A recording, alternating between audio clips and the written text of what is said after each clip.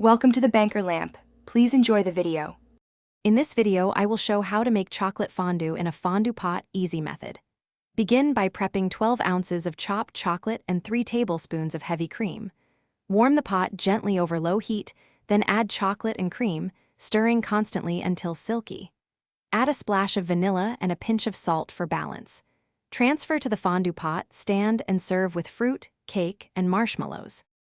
Start by warming the fondue pot on low heat for a minute to avoid temperature shock. Add chopped chocolate and pour in 3 tablespoons of warm heavy cream, stirring gently in slow circles. Keep the heat low while you stir until the mixture is smooth and glossy, about 3 to 5 minutes depending on your pot. Finish with a teaspoon of vanilla and a pinch of salt before serving. If you are finding this video helpful, please subscribe and like to support more recipes and tips. Quick recommendation: books read anywhere with the new Kindle Paperwhite, which pairs nicely with cozy dessert nights and hands-free reading while guests dip. Check the description for the link and other deals if you want one. Thanks for the support. Now let's get back to the video. Arrange an assortment of dippers on a platter to make sharing easy and fun.